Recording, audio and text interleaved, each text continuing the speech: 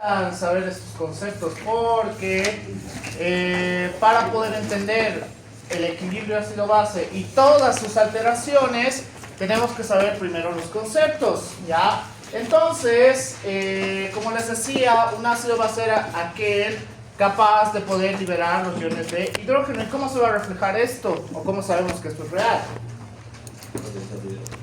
Ya en el potencial de hidrogeniones. ¿Cómo? Pues como tiene una capacidad de liberación de hidrogeniones, ¿qué va a pasar? Va a disminuir el pH, va a disminuir el pH, mientras que cuando vamos a hablar de una capacidad de concentración de iones, vamos a hablar de un incremento del pH, ¿ya? Conceptos fáciles. Por eso cuando les pregunte a qué nos vamos a referir con acidosis o alcalosis, al que me diga es cuando hay una disminución del pH, etcétera, etcétera, le voy a aplazar. No solamente es ese concepto, caramba. No solamente es ese concepto, sino que tenemos conceptos mucho más específicos para que podamos entender.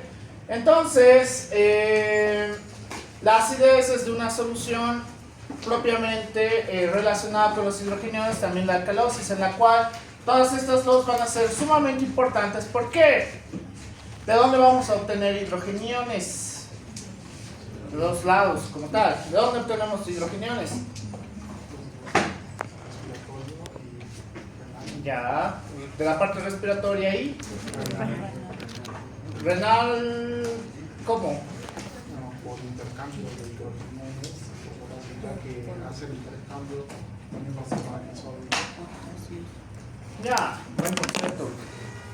Entonces, a partir de las características que ya sabemos para la formación de hidrogeniones o para la liberación de hidrogeniones, inclusive desde la parte respiratoria o desde la parte renal, pues es importante determinar cuándo tenemos acidosis y cuándo tenemos alcalosis, ¿ya? La literatura nos dice que el pH tiene que oscilar entre 7.35 o 7.45. En algunos libros directamente dice que es 7.40, ¿ya? En algunos libros están esos conceptos, así que por favor manejen bien el estándar de la mayoría de los libros. Entonces, el pH ácido vamos a referir que es menor de 7.35 hacia abajo, mientras que en una alcalosis vamos a referir que es de 7.45 hacia arriba, ¿ya? Hacia arriba. Por el cual, uno de los conceptos más importantes que debemos tener es de dónde vamos a obtener la parte de los hidrogeniones, de dónde vamos a obtener la parte de el bicarbonato, ya que son las partes más esenciales que vamos a tener. Entonces, ¿qué te dice la literatura? La mayoría de los libros te dice que van a ser dos órganos como tal, que van a ser los riñones y la parte pulmonar, pero en los libros de fisiopatología te dicen que la parte hepática también va a entrar dentro del equilibrio ácido-base. ¿Cómo? Siempre me olvido. ¿Qué es NH4?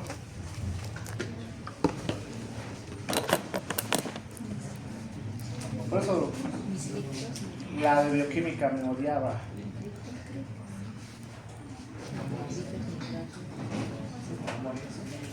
Amoníaco. ¿Es amoníaco? Ya, amonio. Entonces, a partir de la característica del amonio más el bicarbonato, en la cual el amonio va a estar principalmente relacionado con la urea, pues vamos a ver cuando el amonio en combinación con el bicarbonato, esta va a poder tener una excreción a través de la parte renal, ¿ya? En la cual, pues, la parte renal va a estar encargada principalmente para la eliminación de hidrogeniones. Entonces, cuando tenemos la combinación del amonio junto con el bicarbonato, vamos a tener la urea, en la cual tenemos hidrogeniones con bicarbonato para su eliminación. Pero cuando vamos a hablar desde la parte muscular, en la cual el amonio en combinación con el glutamato para la formación de la glutamina, pues estos van a tener solamente el amoníaco y tendríamos hidrogeniones sin bicarbonato. En este concepto, ¿para qué nos serviría saber esto? Equilibrio ácido-base, se supone que han llevado el fisio 1. ¿Para qué?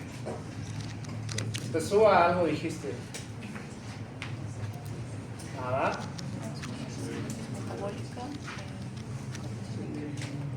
¿Para qué?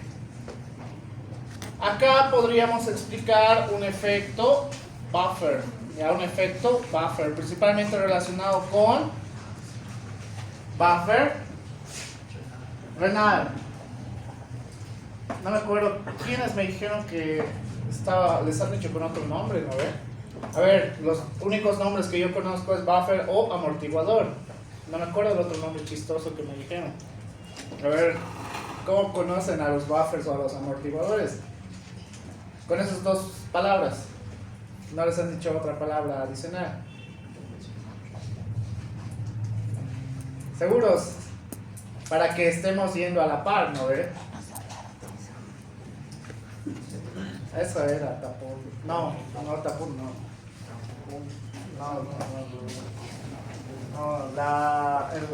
Es muy literal la traducción. Es muy literal, no. Es una traducción del libro, o sea, del libro escolar. Así no funciona al traducir el inglés por si acaso. Entonces, relacionado con la parte de la dieta, ¿cómo podríamos incrementar los niveles de hidrogeniones a partir de la dieta? ¿Consumimos hidrogeniones? Allá dijeron algo bueno, agua, ¡clas!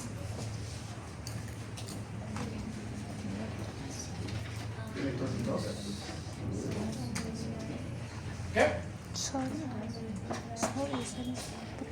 Más fuerte, no escucho.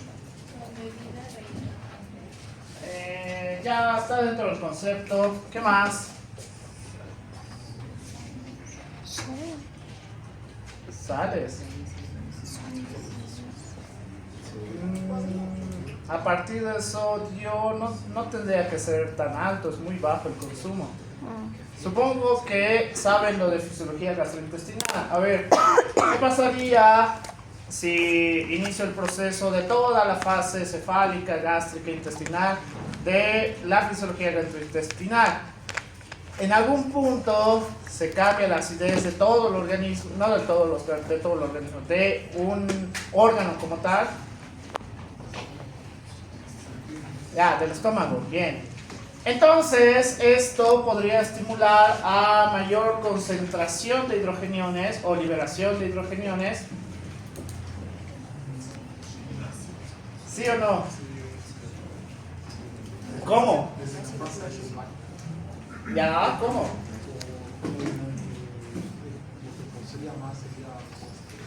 A ver, conceptos básicos primero. A ver, ¿cuáles son las causas más comunes para gastritis? Levanta la mano nomás, a ver. Estrés. Ya, gastritis por estrés, fármacos. Mala alimentación.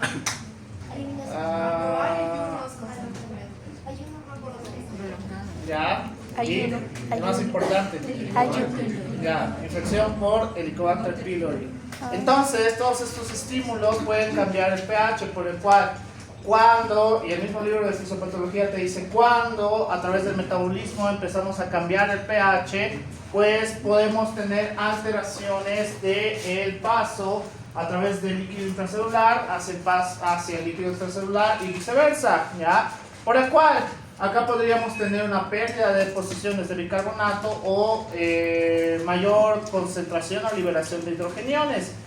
A partir de estos casos, pues podemos tener alteraciones del equilibrio ácido-base, ¿ya? Por el cual la gastritis te podría causar un desequilibrio ácido-base. Sí, ¿cómo? Acidosis, pero a ver, el equilibrio ácido-base es que es sistémico, no solamente a nivel de órgano sistémico. ¿La gastritis cómo? La respuesta puede ser sí, pero en un caso en concreto. ¿Coma? ¿Cómo que coma?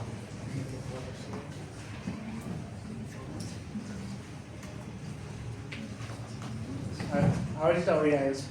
Entonces, con las alteraciones que podemos tener a través del metabolismo o a través de la dieta, en la parte renal podemos tener alteraciones en la cual podemos tener una parte de acidosis tubular o alcalosis tubular, ¿ya? ¿Por qué? Porque habíamos visto en la anterior diapositiva que va a estar relacionado con la eliminación de hidrogeniones, ya sea con la eliminación de hidrogeniones con bicarbonato o la eliminación de hidrogeniones sin bicarbonato, ya, por el cual la parte renal va a ser una de las partes más afectadas que vamos a tener, relacionado con los trastornos a través de la dieta, relacionado con los trastornos a través del metabolismo. Y entonces, como acá vamos a tener el buffer o amortiguador, ¿ya? O el amortiguador, pues podemos tener una lesión directa hacia la parte renal, ¿ya? Una lesión directa hacia la parte renal. Entonces, las alteraciones ácido-bases a partir del riñón, pues pueden ser mucho más frecuentes en relación a la parte respiratoria. ¿Por qué? No me acuerdo si lo he puesto acá. Ah, sí lo he puesto. Qué bien. ¿Por qué?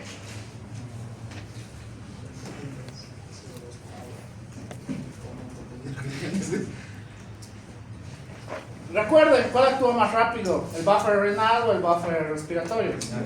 Bien, el buffer respiratorio.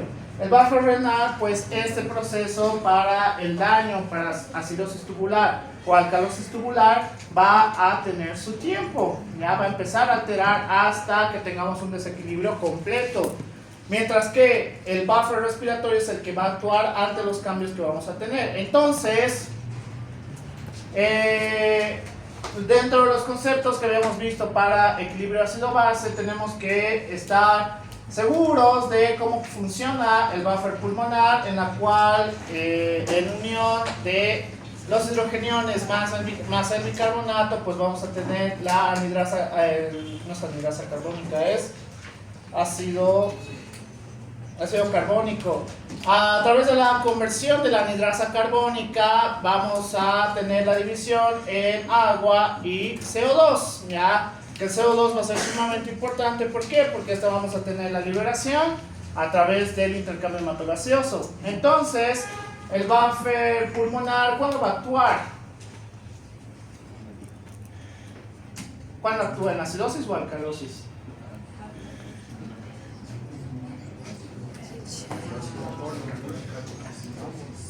Bien, en ambos. ¿Por qué?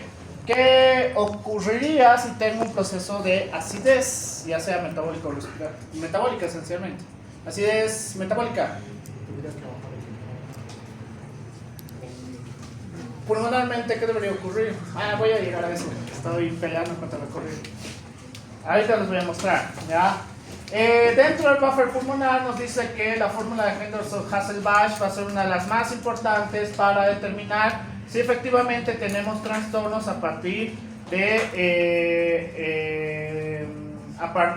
buffer pulmonar relacionado con esta parte, ¿ya? En la cual la fórmula de Henderson-Hasselbalch en teoría ya no se usa tanto, según la nueva actualización que ha salido de equilibrio ácido-base, pero para la formación, recuerden, estamos en Latinoamérica, recién ayer me dijeron algo que no escuchaba hace 10 años creo, y es un concepto de hace 30 años, entonces yo tengo que enseñarles así sean conceptos antiguos, ¿ya?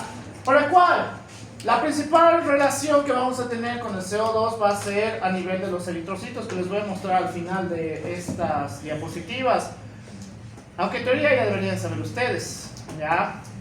Que espero que realmente sepan esta parte.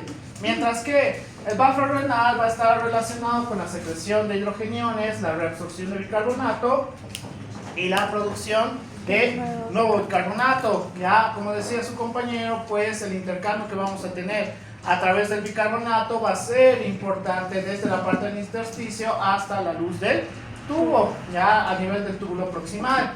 por el cual el buffer pulmonar a nivel metabólico va a causar una disminución del bicarbonato y a nivel respiratorio un aumento del CO2. Entonces, tenemos que tener claro los conceptos de, bueno, no era acá, pero bueno, los conceptos de acidosis. ¿Acidosis cuándo es?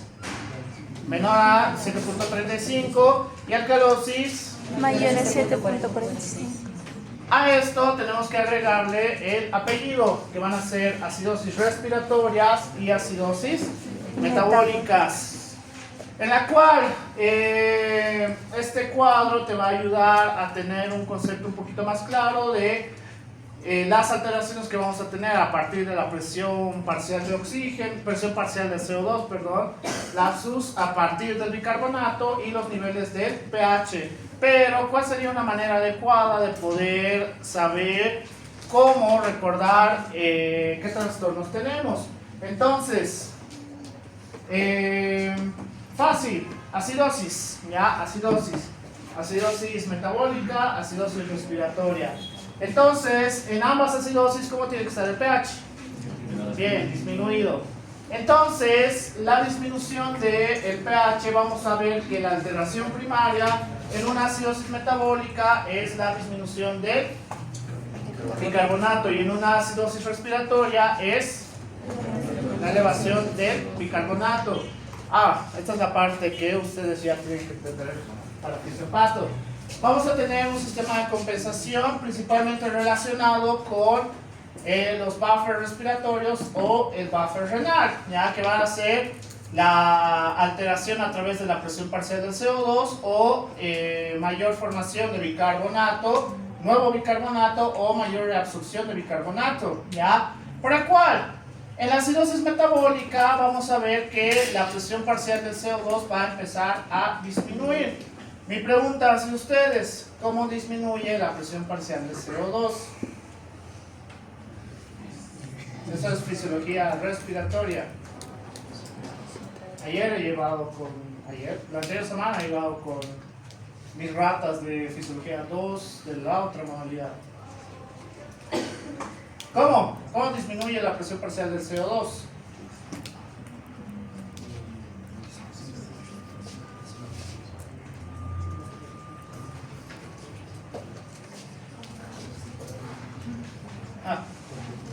Ya me acordé cómo hacerlo más fácil. A ver, primero vamos a irnos con las flechas. Cuando hablamos de trastornos metabólicos, tanto la alteración del pH como la alteración primaria van a ir hacia el mismo sentido, ¿ya? Acidosis metabólica, el pH va a ir hacia abajo, por el cual la alteración primaria, que es a través del, porque es metabólico, que es el bicarbonato, pues va a ir hacia abajo. Alcalosis metabólica, el pH va a ir hacia arriba, por el cual la alteración primaria, como es metabólico, va a estar relacionado con el bicarbonato, va a ir también hacia arriba. Las flechas van hacia el mismo lugar en su alteración primaria en relación con el pH.